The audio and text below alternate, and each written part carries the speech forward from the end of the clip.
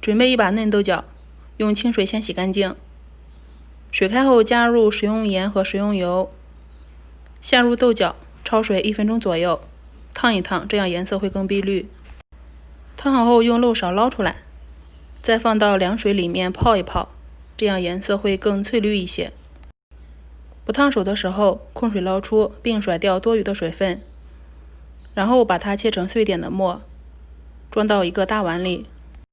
接下来准备半根胡萝卜，先擦丝，再切成末，和豆角放一起。现在先加入1小勺食用碱，一点点就行，搅拌均匀，这样可以固色，使豆角更翠绿。然后加入食用盐、十三香、鸡汁、蚝油，搅拌均匀，腌上10分钟，使豆角入味。现在准备个蘸汁，蒜臼子里加入食用盐、1头大蒜，把它捣成蒜泥。豆角腌好后要分次少量加入面粉，喜欢吃粗粮的还可以加入粗粮进来。这里不需要加水，所以面粉一定要慢慢的倒。如果一下子真的倒入太多太干的话，那么可以加点清水进来。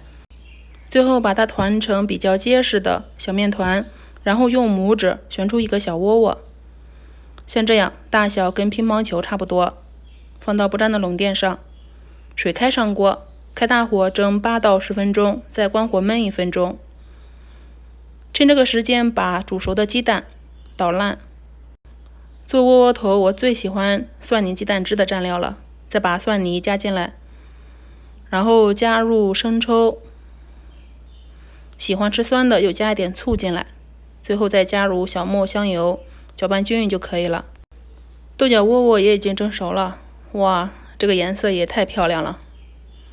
刀起个看一看，颜色碧绿，吃的时候大小正好，可以一口一个，想想都美。口水已经忍不住了，蘸上蒜泥鸡蛋汁，真的是太好吃了。这样吃豆角，清淡爽口，不油腻，做法还简单，能当菜又当饭，很实用。